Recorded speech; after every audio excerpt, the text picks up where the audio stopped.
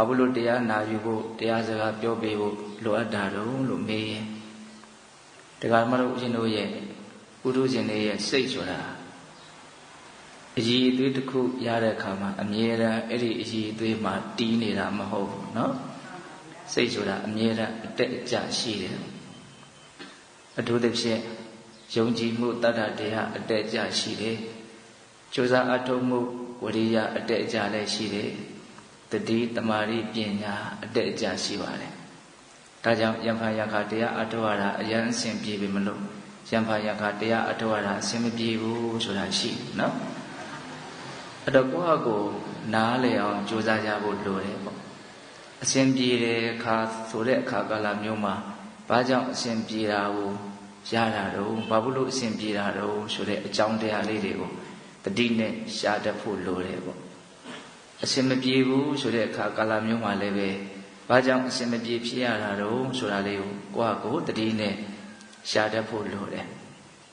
အလုံးဟာကိုယ်အကြောင်းတရားနဲ့ကိုယ်သွားနေကြတာဟုတ်လားတကူမှအစဉ်ပြေတယ်အစဉ်မပြေဘူးဆိုတာတွေဟာအကြောင်းရှိတယ်အဲ့ဒါတွေကိုကမ္မထန်တရားပြတဲ့ဆရာကတိတိကျကျအကုန်လုံးဘယ်သိနိုင်မလို့နော်ဒါကြောင့်ကိုယ့်ရဲ့အကြောင်းတရားကိုကိုယ့်ဟာကိုယ်ရှာကြရမှာအစဉ်ပြေတဲ့အခါလည်းပဲသတိရှိဖို့လိုတယ်အစဉ်မပြေတဲ့အခါမှလည်းသတိရှိဖို့လိုတယ်အခုတရားစကားပြောတယ်ဆိုတာကအဲ့လိုအစဉ်ပြေခြင်းအစဉ်မပြေခြင်းကိုဖြစ်စေတဲ့တတ္တဝရိယတတိတမာရိပညာလို့ဆိုတဲ့ဒီအိန္ဒြေ၅ပါးဖို့၅ပါးရဲ့အတက်အကျကိုစဉ်းစားဆင်ခြင်ပြီးတော့အဲ့ဒီသူတော်ကောင်းတရားတွေမိမိတန်တမှာအည်အသွေးတွေမြင့်လာစေဖို့သရတရားတွေတက်နေဖို့ဝရိယတရားတွေပြင်းထန်နေဖို့တရားစကားဆိုတာဟောပေးဖို့လိုအပ်တယ်နာယူမှတ်သားဖို့လိုအပ်တယ်ပေါ့နော်ဒါကြောင့်တရားနာတဲ့လုပ်ငန်းကိုတရားဘာဝနာအထောက်ကြတဲ့အခါမှာမဖြစ်မနေလုပ်ကြရတယ်ပေါ့သို့တော့ဒီလိုတရားအထုတ်တဲ့အခါမျိုးမှာအမြဲတမ်းတရားတွေကခဏခဏနားထောင်နေရတယ်ဆိုရင်လည်းပဲအရန်ကြီးအရှင်မပြေလာဘူးအထုတ်တဲ့ခြင်းအထုတ်နာတဲ့ချိန်နာသူ့အတူအရှင်ပြေပြီးလိုက်လျောညီတွေဖြစ်ဖို့တော့လိုတယ်ပေါ့နော်ဒါဒီကနေ့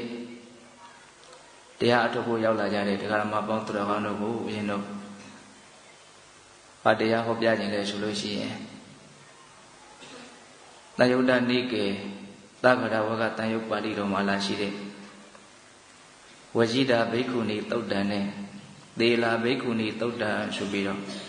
သုတ်တံတရားဒေသနာနှစ်ပုဒ်ကိုအကျဉ်းချုပ်ပြီးတော့ပြောပါမယ်ဒီအကြောင်းအရာလေးတွေကတရားဓမ္မကိုနာယူတဲ့အလေးအထားများတဲ့ပုဂ္ဂိုလ်တွေဆိုလို့ရှိရင်ကြာဘူးနာဝရှိထားကြပြီးသားအကြောင်းအရာလေးတွေပါသို့တော့ဘယ်တော့မှမယိုးနိုင်တဲ့အကြောင်းအရာလေးတွေလို့ဦးဇင်းတို့ထင်တယ်ဒါလေးကိုဖတ်ကြည့်တော့လေဦးဇင်းတို့လည်းပဲခက်ငယ်ငယ်တွေကစဒီအကြောင်းအရာလေးတွေကိုရင်းနှီးခွင့်ရပါလေသို့တော့အခုအချိန်မှာဒီအကြောင်းအရာလေးတွေကိုကြည့်လိုက်တော့လည်းပဲကိုယ့်ရဲ့စိတ်ထဲမှာတော့တမျိုးတမီအဖြစ်တော့အတိကတော့တိုးနေတော့မယ်ပေါ့ဒီအကြောင်းအရာလေးတွေကိုဖတ်တဲ့အခါမှာအတိညာကိုတော့ဒီအကြောင်းအရာလေးတွေကတမျိုးတမီဖြစ်ပေါ်သွားနေစေတော့မယ်ပေါ့ဒါကြောင့်ဘယ်ချိန်မဲနားထောင်မယိုးနိုင်တဲ့တရားစကားလေးတွေလို့လည်းဆိုခြင်းနော်အထူးသဖြင့်ဒီဘိက္ခုနီမတွေရဲ့အကြောင်းကိုပြောခြင်းရဲ့ရည်ရွယ်ချက်တစ်ခုကနေရောတရားအထုတ်ကြတယ်ဆိုတာများသောအားဖြင့်ဒကမာကြီးတွေပဲများတယ်နော်ဒကာကြီးတွေကယောဂီတရားမှ10ယောက်တောင်ရှိဖို့မလွယ်ဘူးပေါ့ဒီမှာအခု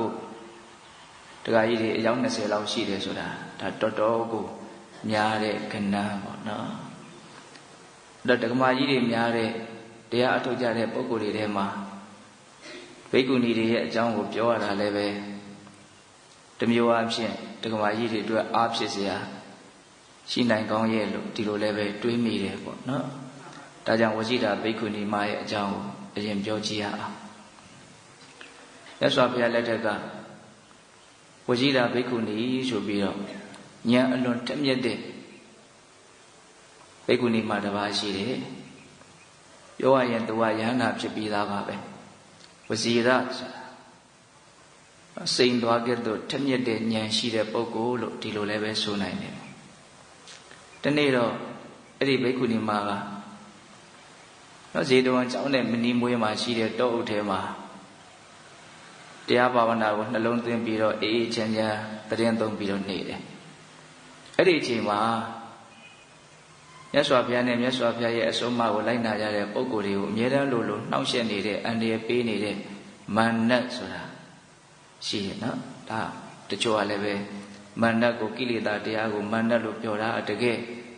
နော်ဝတ္တဝတိနတ်ပြည်ကမာနဆိုတာရှိတာမဟုတ်ဘူးလို့တချို့ကလည်းပဲဒီလိုလွယ်လွယ်မှားမှားပြောကြဆိုကြတဲ့ပုဂ္ဂိုလ်တွေလည်းရှိသေးတယ်အမှန်ကမာနဆိုတာရှိတယ်နော်ဝတ္တဝတိနတ်ပြည်ကမာနဆိုတာတကယ်ရှိတယ်အဲ့ဒီမာနကရောက်လာပြီးတော့အဲ့ဒီဝဇိဒဘိက္ခုနီမကိုကြောက်ရွံ့သွားအောင်တနည်းအားဖြင့်စိတ်အနှောင့်အယှက်ဖြစ်ပြီးတော့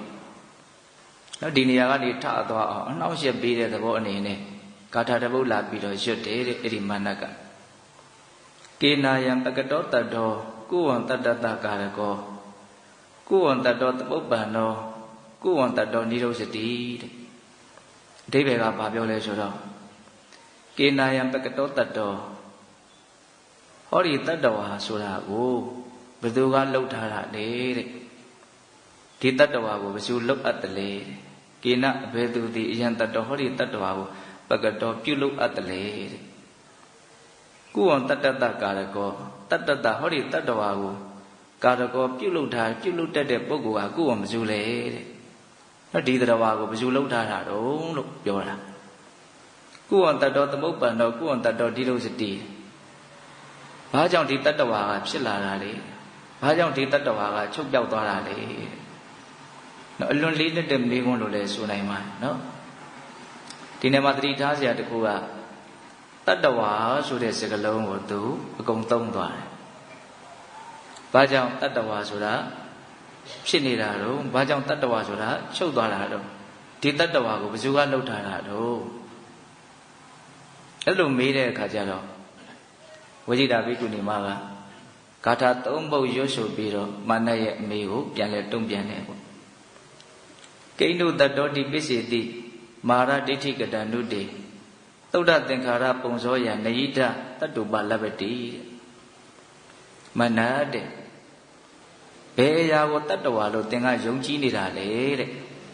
ကိဏုတတ္တောတိပစ္စေတိဘယ်အရာကြီးကိုတတ္တဝါလို့သင်စိတ်ထဲကယုံကြည်နေတာလေတဲ့ထင်နေတာလေတဲ့ဒိဋ္ဌိကတန္တုတေဘယ်အရာရဲ့ပုံမှာမှားယွင်းတဲ့အယူအဆကြီးဖြစ်နေတာလေတဲ့ဘာကြီးကိုသင်ကတတ္တဝါလို့ထင်နေတာတော့လို့မေးလိုက်တာသူကတတ္တဝါဆိုတဲ့စကားနဲ့ကိုင်းပြီးတော့ပြောတာဆိုတော့သူ့ကိုအဲ့လိုပဲပြန်တုံ့ပြန်လိုက်တာဘယ်အရာကိုသင်ကတတ္တဝါလို့ထင်နေတာတော့တဲ့ဒါကိုသူကစာလို့ပေလို့လေးပြောရရင်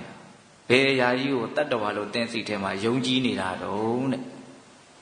တကယ်ဆိုလို့ရှိရင်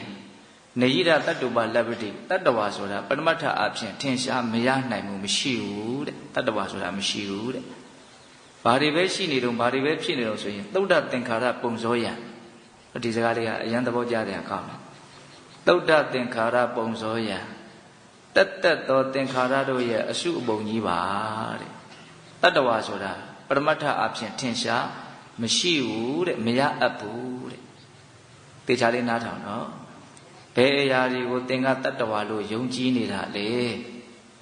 ဘာကြီးရဲ့ပုံမှာသင်ရဲ့အမြင်တွေကမှားနေတာတော့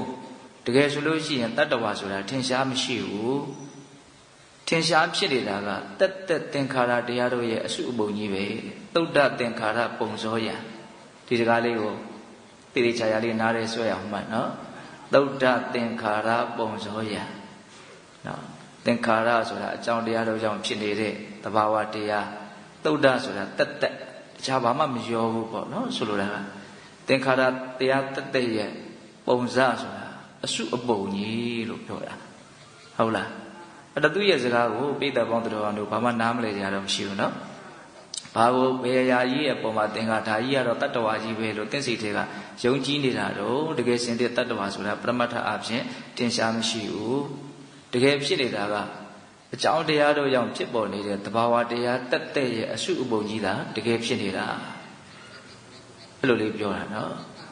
အဲ့ဒါကို तू ကပို့ပြီးတော့နားလေအောင်ဥပမာပေးပြီးတော့ပြောတယ် ထာဟိအင်္ဂတံပါတော်ဟောတိတတ္တောရထောဣတိဧဝံခန္တိတုတတ္တိတုဟောတိတတ္တောတိသမုဒ္တိဥပမာနဲ့ပြောရမယ်ဆိုလို့ရှိရင်အင်္ဂတံပါတာအင်္ဂအစိတ်အပိုင်းတွေရှုထားလိုက်တဲ့အခါမှာဟောတိတတ္တောရထောဣတိယထာဆိုတဲ့နာမည်ဟာဖြစ်ပေါ်လာတယ်တဲ့အဲ့ဆိုဘုရားလက်ထက်ကမြင်းတို့နဲ့ဆွဲတဲ့မြင်းယထာဆိုတာရှိတယ်ဗျာအခုလည်းရှိတာပါပဲအဲ့ဒီယထာဆိုတာအင်္ဂအစိတ်အပိုင်းတွေရဲ့အစုအဝေးပဲနော်ဘိန်းတစ်ဘိန်းရှိမယ်ဝင်ရိုးရှိမယ်ယထာတန်ရှိမယ်ရှေ့ကမြင်းဆွဲမဲ့နေရာကနော်တဘိုးတုံးလိုနေရာမျိုးသို့မဟုတ်နော်အင်္ဂါစိတ်ပိုင်းတစ်ခုခုရှိနေမယ်လက်ရန်တွေရှိမယ်ဘောကအမိုးတွေရှိမယ်အကားတွေရှိမယ်အခင်းတွေရှိမယ်တခုရင်းကိုတည်တည်ချာချာတွက်ကြည့်မယ်ဆိုရင်အင်္ဂါအစိတ်အပိုင်းတစ်ခုစီရဲ့နာမည်ဟာထင်ရှားတယ်သို့တော့အဲ့ဒီအင်္ဂါအစိတ်အပိုင်းတွေအလုံးစုလိုက်တဲ့အခါကျတော့ယထာဆိုတဲ့နာမည်ရလာတယ်အင်္ဂါအစိတ်ပိုင်းတစ်ခုစီကိုဖြုတ်ပြီးတော့ပုံလိုက်မယ်ဆိုရင်တော့ယထာဆိုတဲ့နာမည်ဟာပျောက်သွားတယ်ဘိန်းကိုလည်းညှိုးထိုးပြီးတော့ဒါယထာလားလို့မေးရင်ဘိန်းကလည်းတက်တက်သူ့မှာနာမည်ဘိန်းဆိုတဲ့နာမည်ရှိပြီးသားဒါပိတတို့နားလည်ပြီးသားပါဟုတ်လားယထာတစင်းရဲ့လို့ဖြစ်နေတယ်ဆိုတာလိုအပ်တဲ့အင်္ဂါအစိတ်ပိုင်းတွေပြည့်ပြည့်စုံစုံစူးစီးမိသွားတာကိုယထာတစင်းလို့ခေါ်တာတကယ်အဖြစ်ယထာဆိုတဲ့သဘာဝတက်တက်ထင်ရှားမရှိဘူးအင်္ဂါအစိတ်အပိုင်းတွေရဲ့အစုအဝေးပဲတကယ်ရှိတယ်ခန္ဓာကိုယ်ကြီးကိုယထာနဲ့ဥမာပေးတာနော်ဒါကနာမရူပပရိစ္ဆေဒဉာဏ်ကိုများစွာယဉ်တန်စေမှများစွာယဉ်တန်မှုရှိမှဒီစကားကိုပို့ပြီးတော့နားလည်မယ်ပေါ့တနည်းအားဖြင့်လည်းပဲဒီအကြောင်းအရာလေးတွေကိုစဉ်းစားဆင်ခြင်ခြင်းအဖြစ်အလွန်တန်ဖိုးကြီးမားတဲ့နာမရူပပရိစ္ဆေဒဉာဏ်ကိုယဉ်တန်စေနိုင်တယ်ပေါ့ပုဂ္ဂိုလ်တ attva မဟုတ်ဘူးတဘာဝတရားတို့ရဲ့အစုအဝေးကြီးများတာဖြစ်တယ်ဆိုတာလေးကိုပို့ပြီးတော့ရှင်းအောင်သူကယထာနဲ့ဥမာပေးတာအခုခေတ်မျိုးအနေထားမျိုးဆိုရင်တော့ကားနဲ့ဥမာပေးလေရနိုင်ကောင်းတယ်ပေါ့ကားဆိုတဲ့အရာကိုအင်္ဂါအစိတ်ပိုင်းတစ်ခုစီတစစီဝက်ဦးလေးတွေနှက်လေးတွေကစဝါယာကျိုးလေးတွေကစတစစီအကုန်လုံးဖြုတ်လိုက်မယ်ဆိုလို့ရှိရင်ကားဆိုတဲ့နာမည်ဟာပျောက်သွားတယ်ပေါ့စဉ်းစားနော်အကုန်လုံးဟာသူ့နာမည်နဲ့သူအသီးသီးရှိနေတယ်နောက်တစ်ချက်စဉ်းစားတဲ့အကောင်းတာကဒီကားဆိုတဲ့ဥစ္စာကလိုအပ်တဲ့အင်္ဂါအစိတ်ပိုင်းတွေအကုန်လုံးစူးစီးမိမှပြေးနိုင်တယ်နောက်ဆုတ်နိုင်တယ်သွားနိုင်တယ်လာနိုင်တယ်ဆိုတဲ့အစွမ်းတတ္တိကပေါ်လာတာတစ်ခုစီခွဲခြားထားမယ်ဆိုလို့ရှိရင်ကားရဲ့အစွမ်းတတ္တိဟာမရှိဘူးဟုတ်တယ်မဟုတ်လားအဲ့လိုပဲဒီခန္ဓာကိုယ်ကြီးကဒီခန္ဓာ၅ပါးကလည်းပဲအကုန်လုံးစနစ်တကျစူးစီးနေမှသာတယ်သူ့ရဲ့စွမ်းရည်တတ္တိကထွက်လာတာပြောနိုင်တာဆိုနိုင်တာလုံနိုင်တာကြိုင်နိုင်တာတွေးနိုင်တာကြံနိုင်တာတခြားစဉ်းစားနော်တခုစီဖြုတ်ထားမယ်ဆိုလို့ရှိရင်အဲ့ဒီအစွမ်းထွက်လာတဲ့အကြောင်းမရှိဘူးဒီအချက်နဲ့ပတ်သက်ပြီးတော့ဆရာကြီးဥရွှေအောင်ရေးထားတဲ့ဘဝအကျဉ်းသားဆိုတဲ့စာမလေးတစ်ပုဒ်ရှိတယ်အဲ့ဒါကိုကြုံလို့ရှိရင်ဖတ်ကြည့်စေခြင်းအဲ့ဒီအကြောင်းအရာကိုဆရာကြီးကဒီဘဝဒီခန္ဓာကိုကားတစ်စင်းနဲ့ဥမာပေးပြီးတော့ရေးထားတယ်အလွန်လေးနက်တဲ့အကြောင်းအရာပါပဲရောနှောခြင်းဆိုတာရှိတယ်ပေါင်းဆက်ခြင်းဆိုတာရှိတယ်ရောနှောယုံရောနှောထားတယ်ဆိုလို့ရှိရင်အစွမ်းမထွက်ဘူးတဲ့စနစ်ကျပေါင်းဆက်မှအစွမ်းထွက်တာတဲ့ဆိုကြပါစို့ကားမှာရှိတဲ့အင်္ဂါစိတ်ပိုင်းတွေကိုအကုန်လုံးဖြုတ်ပြီးတော့မိုးကခင်းကြီးပေါ်မှာအကုန်လုံးဖြန့်ချဲပြီးတော့အကုန်လုံးရောမှွေထားလိုက်မယ်အဲ့ဒီပစ္စည်းအစုပုံကြီးကပြေးနိုင်လားမပြေးနိုင်ရောတော့ရောထားတာပဲနော်ဟုတ်လားဒါပေမဲ့စနစ်တကျပေါင်းဆက်ထားတာမဟုတ်ဘူးရောယုံမဲ့ရောထားတာအဲ့ဒီအင်္ဂါစိတ်ပိုင်းတွေကိုစနစ်တကျပေါင်းဆက်လိုက်မယ်ဆိုရင်သူ့နေရာနဲ့သူအဝင်ဝင်ကြတက်လိုက်မယ်ဆိုရင်တော့အဲ့ဒီကားကလိုအပ်တဲ့ပစ္စည်းအကုန်ပြည့်စုံသွားပြီဆိုရင်တက်မောင်းလို့ရတယ်အစွမ်းထွက်လာတယ်အဲ့လိုပဲဒီဘဝခန္ဓာဟာလည်းပဲအလုံးစနစ်တကျပေါင်းဆက်ထားမှသူကအစွမ်းထွက်လာရောယုံရောထားရင်တော့အစွမ်းမထွက်ဘူးတဲ့ပေါင်းဆက်ထားမှအဲ့ဒီပေါင်းဆက်မှုကနားလေကိုအရန်ခက်တယ်ဒါကနည်းနည်းလေးနဲ့ထက်အပိုင်းလေးပြောကြည့်တော့ဘယ်နည်းနဲ့ဒီခန္ဓာကိုယ်အစိတ်ပိုင်းတွေတဘာဝတရားအစိတ်ပိုင်းတွေကိုပေါင်းဆက်ထားတယ်လေက ကိလေသာတရားတွေနိဝရဏတရားတွေအာတဝတရားတွေယောဂတရားတွေခန္ဓာတရားတွေနော်အစေတဲ့အနေနဲ့ပေါင်းစပ်ထားတာရှိတယ်ကျိုးအနေနဲ့ပေါင်းစပ်ထားတာရှိတယ်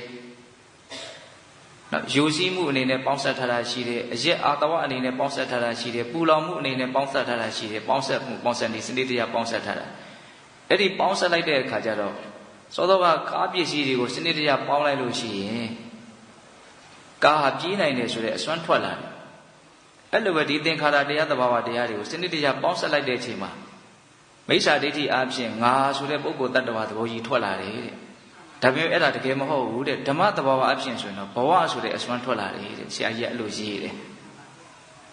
နော်ဒါကဘဂုတုတ္တပြောပြတယ်နော်စနစ်တရားပို့ပြီးတော့တိတိကျကျသိတယ်ဘုံဘုံကအခုစောင်းပါနာမည်လေးပါပြောလိုက်တယ်ဘဝအကျဉ်းသားအလိုလင်းတဲ့ဆောင်းပါလေးတစ်ပုဒ်ပါပဲအဲ့ဒါကိုဖတ်ကြည့်အခုဒီမှာဝရှိတာဘိက္ခုနီမှာကဘဝခန္ဓာကိုဘာနဲ့ဥမာပေးတာတော့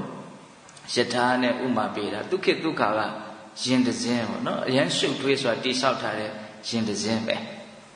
အဲ့ဒီရင်ကမြင်းကဆွဲသွားမယ်ဆိုလို့ရှိရင်သူလည်းပြေးမယ်လွှားမယ်ပေါ့မြင်းဆွဲတဲ့နောက်ကိုလိုက်မယ်ပေါ့အဲ့လိုပဲတရားဓမ္မတို့ဦးဇင်းတို့ဒီခန္ဓာကိုယ်ကြီးကလည်းပဲနော်စိတ်ဆွဲရကိုလိုက်နေကြတာမရှိဘူးလားရှိနေတယ်လှုပ်ရှားနေတယ်သွားနေတယ်လားနေတယ်ပြောနေတယ်ဆိုနေတယ်တော့တကယ်ကတော့ဘာလဲလို့မေးရင်သင်္ခါရတရားတို့ရဲ့အစုအဝေးအစုအပုံကြီးပဲပုဂ္ဂိုလ်တ attva ဆိုတာမဟုတ်ဘူးတဲ့အဲ့ဒါလေးကိုစနစ်တကျကိုယ့်အကိုပိုင်းခြားပြီးတော့ကြည့်တတ်ဖို့လိုတယ်ပေါ့ဘဝကိုများသောအားဖြင့်အစုအဝေးကြီး၅ခုဖြင့်စုဝေးထားတယ်လို့မြတ်စွာဘုရားမဟုတ်ဘူးလားဟုတ်တယ်နော်ရုပ်အစုအဝေးကြီးတစ်မျိုးနာမ်အစုအဝေးကြီး၄မျိုးအစုအဝေးဆိုတဲ့စကားကိုပါဠိလိုဘယ်လိုသုံးတော့ခန္ဓာလို့သုံးတယ်ဟုတ်လားရုပ်တည်းရဲ့အစုအဝေးကိုယူဘက်ခန္ဓာယူဘက်ခန္ဓာအကြောင်းကိုလည်းပဲစနစ်တကျကိုယ့်ကိုလေ့လာဆန်းစစ်ပြီးတော့ဝေဖန်ကြည့်နောက်ဒီယူဘက်ခန္ဓာအဆောက်အဦအစုအဝေးကြီးကိုဘယ်လိုများစုဝေးထားတော့ရုပ်ဆိုတာဗမာလူရိုးရှင်းရှင်းပြောရရင်ဖောက်ပြန်တတ်တဲ့တရားလို့ဒီလိုအိဗယ်မရဘူးလားနော်ခုမြင်နေရတဲ့စပင်မွေးစားခြေပွားဆုံးဒီကိုယ်ကောင်ကြီးဟာဖောက်ပြန်တတ်တဲ့သဘာဝတရားရဲ့အစုအဝေးကြီးအစုအပုံကြီးပဲမဖောက်ပြန်တတ်တဲ့အရာရဲ့လို့မြုံမုံတမုံစားတောင်မပါဘူးအမြဲတမ်းဖောက်ပြန်နေတယ်ဖောက်လဲဖောက်ပြန်ခဲ့တယ်ဖောက်လဲဖောက်ပြန်နေစေဖောက်လဲဖောက်ပြန်အောင်မယ်ရက်တန်လို့မရဘူးအမြဲတမ်းဖောက်ပြန်နေတယ်အဲ့ဒီဖောက်ပြန်နေတယ်ဆိုတာလေးကိုရိုးရှင်းရှင်းလေးအပေါ်ယံလေးနားလည်ကြည့်မိဝမ်းကောင်းကကျွတ်ထွက်လာကစားကပုံလေးနဲ့အခုပုံနဲ့ဘလောက်ကွာခြားသွားပြီလို့အချိန်တိုင်းဖောက်ပြန်နေတာပဲလေဟုတ်တယ်မဟုတ်လားခုလောလောဆယ်ကရက်တက်နေလားဆိုတော့ရက်တက်မနေဘူးစားထားတဲ့အစာအာဟာရတွေကိုအမြဲတမ်းခြေဖြစ်နေတဲ့အတွင်းထဲမှာတကြုံကြုံတချင်းချင်းခန္ဓာကိုယ်အစိတ်ပိုင်းတွေအမြဲတမ်းအလုံးလုံးနေတယ်ဒါမှလည်းရှင်းသတ်နိုင်မှာဟုတ်လားစပင်ပွေးလေးတွေကလည်းအမြဲတမ်းထွက်နေတယ်အရေပြားတွေကလည်းအမြဲတမ်းလဲနေတယ်လက်သေးလေးတွေဆိုလည်းအမြဲတမ်းထွက်နေတယ်ချွေးတွေရေတွေကလည်းအမြဲတမ်းထွက်နေတယ်ထဲထဲမှာသွေးတွေကလည်းအမြဲတမ်းလဲပတ်နေတယ်တကယ်ကိုအလွန်ရှုပ်ထွေးတဲ့အရှုပ်ထွေးဆုံးဆိုတဲ့စက်တောင်သူ့လောက်ရှုပ်ထွေးမှာမဟုတ်ဘူးသွားနေသူအကြောင်းကျိုးဆက်ပြီးတော့ဘာလုပ်နေလို့လုံနေကြတယ်ဖြစ်နေကြတယ်ဟုတ်ရလားအဲ့ဒါကိုကြည်ကြည်ပြင်းပြကိုယ့်ကိုတွေးတတ်ဖို့စဉ်းကျင်တတ်ဖို့လိုတယ်ပေါ့နော်အဲ့တော့ရုပ်အစုဝေးကြီးကိုအမိပြုပြီးတော့နေတယ်နောက်ထပ်ဘာအစုဝေးကြီးတွေရှိနေလဲနာမ်အစုဝေးကြီးတွေရှိတယ်နာမ်အစုဝေးကြတော့ရှုပ်ထွေးလွန်းလို့နဲ့နေလွန်းလို့ကျေပြန့်လွန်းလို့မြတ်စွာဘုရားက၄ပုံပုံပြီးတော့တောင်းဟောရတယ်ဝေဒနာခန္ဓာဆိုပြီးတော့ခံစားမှုအစုဝေးအလွန်နေကျပါလေခံစားမှုရဲ့တော့နေကျပုံလေးတော့ဆိုကြပါစို့ထမင်းဟင်းစားတဲ့အခါမျိုးမှာအရာသာအမျိုးမျိုးတွေကွဲပြားနေတာကိုအကြောင်းပြုပြီးတော့ခံစားမှုအမျိုးမျိုးဖြစ်နေတယ်။ချင်းတယ်ဆိုတာလေးတစ်ခုတည်းမှာတော့ဘလို့ချင်းတယ်ဘလို့အနံလေးနဲ့ရောပြီးတော့ချင်းတယ်လေးလေးလေးချင်းတယ်ပေါ့ပေါ့လေးချင်းတယ်။နာမည်တက်လို့မရတော့အောင်ကိုပဲကျေပြန့်တယ်။တချို့ဝေဒနာတွေတချို့ခံစားချက်တွေကိုနာမည်တက်ဖို့မလွယ်ဘူး။ဟုတ်တယ်မဟုတ်လား။သဘာဝတရားကပြည့်ညက်တက်လို့မလွယ်တော့အောင်ကျေပြန့်တယ်နဲ့နေတယ်။ဟုတ်ရဲ့လား။အရာသာလေးတစ်ခုပဲစဉ်းစားမြင်တဲ့အခါမှာလည်းပဲဘလို့ရတာပေါ်လာတော့ဘာကိုမြင်တော့ဘလို့ရတာရှိတော့ပြောဖို့ခက်လိုက်တာဟုတ်ရဲ့လားဝေဒနာအဆောက်အုံကြီးလွန်းလို့ဝေဒနာကိုမြတ်စွာဘုရားကဘလို့ပြောတော့အစုဝေးကြီးတစ်ခုလို့ဒီလိုပြောတယ်နောက်ထပ်ဘာအစုဝေးရှိတော့တင်ညာမှတ်သားမှုအစုဝေးဟုတ်လားမှတ်သားမှုအစုဝေးအောင်မကြည့်ဘူးလားကြည့်ရနော်အများကြီးမှတ်ထားတာပဲ လက်ဒီဆိုဘုရားကြီးကတော့လိမ္မာတာတက်ကျွမ်းတာတွေကအကုန်လုံးတင်ညာတွေကြီးပဲတဲ့ငယ်တွေကစပြီးတော့တင်ထားတာအဲ့ဒါတင်ညာတဲ့မုတ်ဆိုးကလည်းမုတ်ဆိုးလျောက်တန်ဃာကလည်းတန်ဃာလျောက်သူကလည်းသူအကုန်လုံးတက်ကျွမ်းထားတာလိမ္မာထားတာတိထားတာနားလည်ထားတာအဲ့ဒါတွေအကုန်လုံးတင်ညာတွေကြီးပဲတဲ့ဟုတ်လားစဉ်းစားတော့အခုလည်းပဲလူတိုင်းအသီးသီးငယ်ငယ်တွေကစမိဘတွေကကြည်လာလို့ရှိရင်ခဲပင်ပန်းပန်းရှားပွေစားတတ်မှုမပြည့်အောင်ဆိုပြီးတော့နှီးမျိုးစုံနဲ့ပညာသင်ပေးထားတယ်အဲ့ဒီတက်ကြွမှုနားလည်မှုလေးတွေကိုအခြေခံပြီးတော့ရှားကြဖူကြရတယ်လှုပ်ကြကိုင်ကြရတယ်ဘာတွေတော့တင်ညာတွေပေါ့ဟုတ်ရဲ့လားအဲ့ဒီတင်ညာအဆောက်အုံဘယ်လောက်ကြီးလဲဆိုတာတေချာစဉ်းစားကြည့်လေကျေလေပါပဲဟုတ်တယ်မဟုတ်လားဘာလှုပ်တတ်တယ်ညာလှုပ်တတ်တယ်ဘာမလှုပ်တတ်ဘူးညာမလှုပ်တတ်ဘူး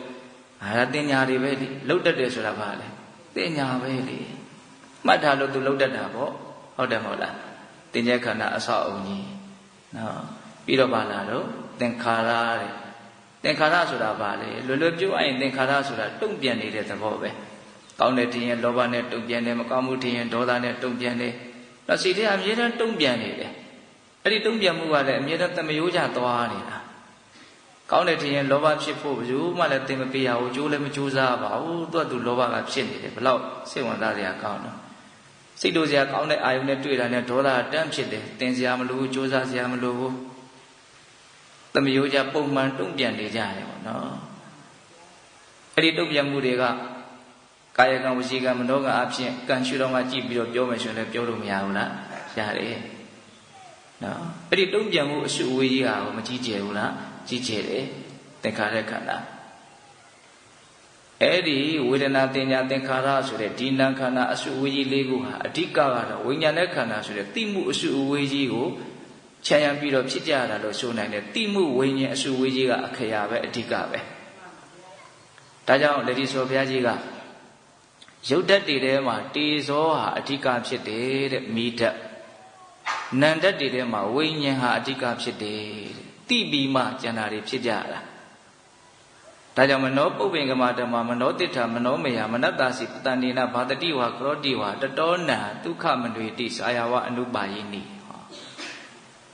နံတရားတွေထဲမှာမနောမနဆိုတဲ့စိတ်ဝိညာဉ်ဟာခေါင်းဆောင်ဖြစ်တယ်တဲ့သူကအကြီးအကဲဖြစ်တယ်ကောင်းမြတ်တဲ့စိတ်ကြည်လင်တဲ့စိတ်ကလေးနဲ့လုံးမယ်ပြောမယ်ဆိုလို့ရှိရင်အဲ့ဒီပုဂ္ဂိုလ်ရဲ့နောက်ကိုချမ်းသာဒုက္ခတွေဟာအရှင်လိုက်တယ်ဥပမာကိုယ့်ရဲ့နောက်ကိုအရေးဟာအရှင်လိုက်တယ်လို့မျိုးပဲလို့ဓမ္မပဒပါဠိတော်မှာဟောတယ်ပေါ့နော်အဲ့လိုပဲဦးဇင်းတို့မနောပုပ္ပင်္ဂမဓမ္မမနောတိဋ္ဌမနောမယမနတ္တစီပဒုဋ္ဌိနဘာတတိဝကရောတိဝတတောနံဒုက္ခမနွေတိစက္ကံဝဝဟတောပဒနံတရားတွေမှာစိတ်ဝိညာဉ်ဆိုတဲ့မနောဟာခေါင်းဆောင်ဖြစ်တယ်ယုံညံ့တဲ့စိတ်နဲ့ပူလောင်ရှုပ်ထွေးတဲ့စိတ်နဲ့လုံးမယ်ပြောမယ်ဆိုရင်အဲ့ဒီပုဂ္ဂိုလ်ရဲ့နောက်ကိုဆင်းရဲဒုက္ခဟာအမြဲလိုက်လိမ့်မယ်ဥပမာဝင်ဆောင်နွားလားခြေရရဲ့နောက်ကိုသူဆွဲထားတဲ့လှဲရဲ့လှဲပင်းရာကြီးကအစဉ်လိုက်နေသလိုပဲတဲ့ဒါကြောင့်နံတရားတွေထဲမှာဘယ်သူကောင်းဆောင်လဲလို့မေးရင်ဝိညာဉ်တိမှုသူလည်းအလွန်ကြီးမားတဲ့အဆောက်အဦကြီးတစ်ခုလို့သုံးတယ်ဆိုတော့ကြီးကအယောင်အစင်းတွေကိုတီးတယ်တီးပြီးမှခံစားကြတာမှတ်သားကြတာတုံ့ပြန်ကြတာနော်အတန်မျိုးစုံကိုတီးတယ်အနတ်မျိုးစုံတီးတယ်ရတာမျိုးစုံတီးတယ်အတွေ့အထိမျိုးစုံတီးတယ်အတွေ့အကြံမျိုးစုံတီးတယ်သိတယ်ဆိုတဲ့ဝိညာဉ်ကိုအကျဉ်းများဖြင့်ဘယ်နှမျိုးပိုင်တော့6မျိုးပိုင်တယ်ပေါ့နော်ဝိညာဏတ္တ6မျိုးလို့မှတ်သားထားကြတယ်ပေါ့နော်ဓာတ်18ပါးထဲမှာဝိညာဏတ္တ6ပါးရှိဟုတ်လားအဲ့တော့ဒကာဓမ္မတို့ဦးဇင်းတို့ရဲ့ဘဝဟာဘာလဲလို့မေးယထာတဇင်းလို့ကားတဇင်းလို့အင်္ဂါအစိတ်ပိုင်းတွေစနစ်တကျပေါင်းဆက်ထားတာဒါကြောင့်အစွမ်းထွက်နေတာတခုချင်းဒီမှာအစွမ်းမရှိဘူးစနစ်တကျပေါင်းထားလို့လည်းအစွမ်းထက်တာပုံတော်ကရောယုံရောမှွေထားမယ်ဆိုရင်ဘာအစွမ်းမှမရှိဘူးအဲ့ဒီသဘာဝတရားကိုနားလည်အောင်ဒါတွေကိုဘာလို့တက်ဖို့လို့ဆိုအကုန်လုံးကိုဖြုတ်ဖြက်ပြီးတော့ကြည့်တတ်ဖို့လို့တယ်ဒါအယိုးရှင်းရှင်းပြောကြည့်တာနော်ခန္ဓာကိုယ်ကြီးကိုဉာဏ်နဲ့ဖြုတ်ပြီးတော့တစသည်တဏသည်ဖြုတ်ပြီးတော့ကြည့်တတ်တဲ့နယ်ပေါ့နော်နံတရားတွေကိုတစသည်ဖြုတ်ပြီးတော့နားလည်ဖို့ဆိုတာတိတ်တော့မလွယ်ဘူးဒါလည်းပဲသတိထားမယ်ဆိုရင်တော့ဒီလိုပဲပေါင်းဆက်ပြီးတော့အကြောင်းအကျိုးဆက်ပြီးတော့ဖြစ်ပေါ်နေတဲ့သဘောလို့တော့နားလည်နိုင်ပါလေအစကတည်းကဥမာပို့ပြီးတော့ရှင်းရှင်းလင်းလင်းသိဖို့အတွက်ရုပ်တရားတွေကိုတစသည်တမွသည်ဖြုတ်ပြီးတော့ကြည့်ကြည့်ပေါ့ အဲ့ဒါဆိုရင်ကိုတော်တော်လေးစိတ်ထဲမှာနာမရူပပရိစေတဉာဏ်ရင့်တန်နိုင်တယ်ပုဂ္ဂိုလ်တ attva ဆိုတဲ့တက္ကာယဒိဋ္ဌိနေသွားနိုင်တယ်ပေါ့32ခုထာတာ32မျိုးလောက်ဖြုတ်ကြည့်ပေါ့ဒီခန္ဓာကိုစက်ကြီးလဲပတ်နေတာနော်ဘယ်လိုနည်းနဲ့လဲပတ်နေလဲဒါတော့သိဖို့လွယ်နော်ဟုတ်တယ်မဟုတ်လားဇာမေမွေးခြင်းခြေလေးလက်သေးသွားရည်အသားကြောရိုးရိုးတွင်ခြင်းသည်အစရှိသဖြင့်32မျိုးသောကုဋ္ဌာတဘယ်ကုဋ္ဌာတကဘလို့ပုံသဏ္ဍာန်ရှိတယ်ဘလို့အလုပ်ကိုလုပ်တယ်ခန္ဓာကိုယ်ရှင်သန်ရေးအတွက်ဘလို့အထောက်အကူပြုတယ်ဘယ်ဟာမရှိရင်တော့မဖြစ်ဘူးမရှိမဖြစ်တာကြီးပါပဲဒီရှင်သန်ဖို့အတွက်ကဘောကအုပ်ထားတဲ့အရေးပြားလေးတောင်မရှိရင်မဖြစ်ဘူးဟုတ်တယ်မဟုတ်လားတော့ဒီခန္ဓာကိုယ်ကြီးဆက်လက်လက်ပတ်ရှင်သန်နေဖို့အတွက်တော့ဒီဆောက်ထားတဲ့ရုပ်ပိုင်းဆိုင်ရာအဆောက်အဦကိုဖြုတ်ဖြက်ပြီးတော့ကြည့်တတ်မယ်ဆိုရင်တော့အများကြီးဉာဏ်နဲ့ရင့်တန်လာတဲ့အကြောင်းမရှိဘူးလားရှိတယ်အဲ့ဒါဝစီရာဘိက္ခုနီမှာပါနော်ပုဂ္ဂိုလ်တ attva ဆိုတာထင်ရှားမရှိဘူးတဲ့တက်တက်သင်္ခါရတရားတို့ရဲ့အစုအပုံကြီးဖြစ်တယ်ဥပမာအင်္ဂါရက်တွေရှုနေလို့ယထာလို့ခေါ်ရတယ်လို့မျိုးနော်တဘာဝတရားတွေရှုပေါင်းစုထားတာကိုပဲတ attva လို့သမုတ်ကြတယ်တဲ့ဧဝံခန္တီတုတန်တီတုဟောတိတတ္တောတိသမုတိဟောဧဝံခန္တီတုတန်တီတုခန္တီတုခန္ဓာဆိုတဲ့အသုံးအနှုန်းလေးနဲ့ပြောတယ်နော်ခုတင်လေးပဲဘုံဘုံအဲ့ဒါကို၅မျိုးပိုင်းပြီးတော့ပြောသွားတယ်ဟုတ်လားဒီခန္ဓာ၅ပါးထင်ရှားဖြစ်နေတာကိုပဲတ attva လို့သမုတ်ကြတာပါတဲ့တကယ်တကယ်တ attva ဆိုတာထင်ရှားမရှိထင်ရှားရှိတာကဘာလဲတက်တက်သင်္ခါရတရားတို့ရဲ့အစုအပုံကြီးတာထင်ရှားရှိတယ်အဲ့ဒီအမှန်တရားကိုသိတာနဲ့မသိတာနဲ့လုံးဝမတူဘူးနော်အဲ့ဒီအမှန်တရားကိုသိခြင်းဟာတက္ကာယဒိဋ္ဌိကိုအများကြီးနည်းပါးစေတယ်တက္ကာယဒိဋ္ဌိကိုနည်းပါးအောင်အများကြီးကြိုးစားရတယ်ရောက်တယ်ပေါ့ဒါကြောင့်အဲ့ဒီအတိကိုခိုင်မြဲအောင်ကြိုးစားရမယ်အဲ့ဒါဆက်ပြီးတော့နောက်ဆုံးကာထာလေးနဲ့အဲ့ဒီဝိဇိတာဘိက္ခုနီမကအလေးနဲ့ထပ်ပြီးတော့ပြောပြန်တယ်ဒုက္ခမေဝါဟိတံဘောတိဒုက္ခဒိဋ္ဌိဝိတိစနိညာတရာဒုက္ခတံဘောတိနိညာဒုက္ခနိရောဓတိတဲ့ဒီကာထာလေးကတော့ခန့်ငယ်တဲ့အစားဦးဇင်းတို့အရန်သဘောကျလို့နှုတ်ထဲမှာတိုးနေတယ်ဒုက္ခမေဝါဟိတံဘောတိဒုက္ခဒိဋ္ဌိဝိတိစ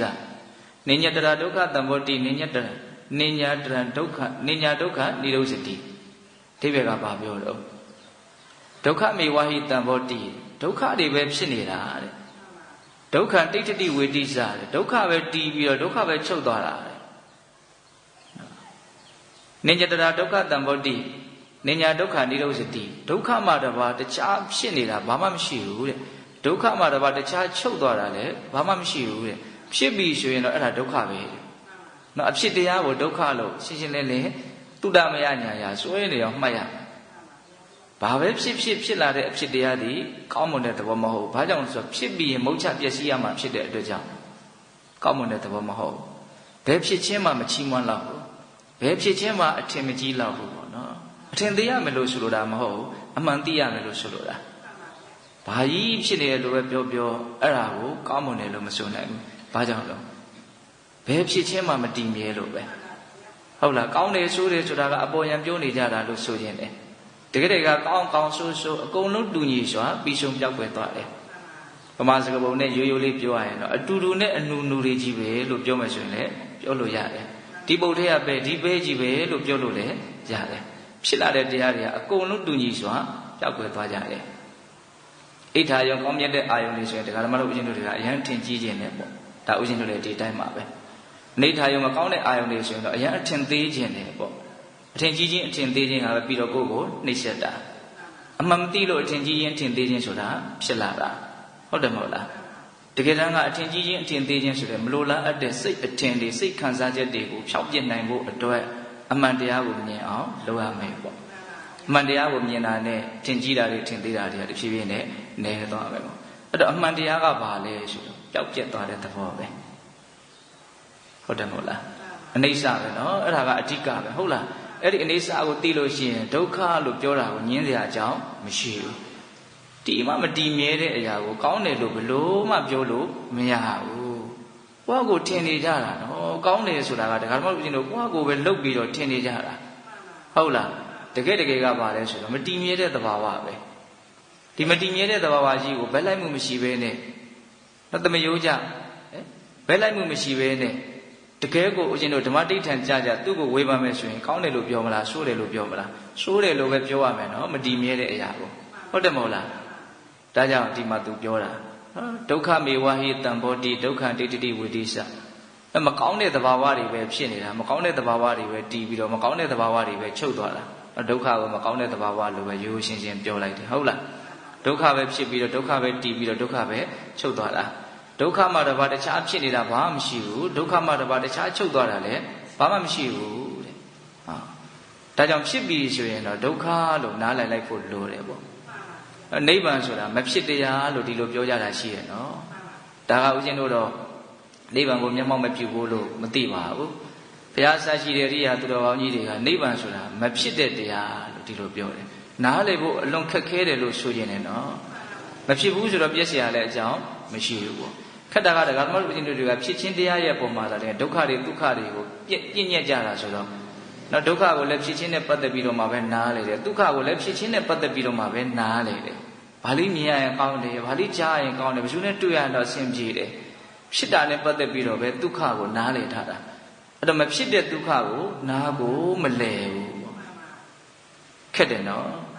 နားလေဖို့ခက်တယ်နော်ဒါကြောင့်သူတော်ကောင်းတရားကိုနဲ့နေတယ်ခက်ခဲတယ်လို့ပြောတာဟုတ်လား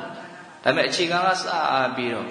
ကျွမ်းကျင်လိမ္မာအောင်ကြိုးပမ်းရင်းနဲ့ဒီသူတော်ကောင်းတရားကိုပဲနားလည်အောင်အထောက်ကြရမှာပါဟုတ်ရဲ့လားအေးအဲ့တော့ဦးဇင်းတို့ဝจิตာဘိက္ခုနီမှာပြောခဲ့တဲ့စကားလေးတွေကိုအနှစ်ချုပ်မယ်ဆိုရင်ဘာတွေ့ရတော့နာမရူပပရိစေဒဉာဏ်ကိုအဓိကပြောတယ်ပြီးရင်ဒုက္ခသစ္စာလေးပါးကိုအဓိကသူပြောသွားတာတွေ့ရတယ်ဟုတ်လားဘာကိုတတ္တဝါလို့သင်္စိတ်တွေကယုံကြည်နေတာတော့တဲ့တတ္တဝါဆိုတာပရမတ္ထအပြင်ထင်ရှားမရှိဘူးသင်္ခါရတရားရဲ့အစုပုံကြီးမျှတာဖြစ်တယ်အင်္ဂါအစိတ်ပိုင်းတွေရဲ့အစုအဝေးကိုယထာလို့ဆိုရတယ်လို့ဒီခန္ဓာရဲ့ဖြစ်ပေါ်ခြင်းကိုပဲတတ္တဝါလို့သမုတ်ကြတာပါတဲ့တကယ်ဆိုလို့ရှိရင်ဒုက္ခပဲဖြစ်ပြီးတော့ဒုက္ခပဲတည်ပြီးတော့ဒုက္ခပဲချုပ်သွားတာဒုက္ခမှတစ်ပါးဖြစ်နေတာမရှိဘူးဒုက္ခမှတစ်ပါးတခြားချုပ်နေတာလည်းမရှိဘူးတဲ့ဒါသူပြောတဲ့စကားရဲ့အနှစ်ချုပ်ပဲမှတ်သားစရာမကောင်းလားကောင်းနေရဲ့အဲ့လိုလဲပြောလိုက်ရောမနကစိတ်ပြက်ပြီးတော့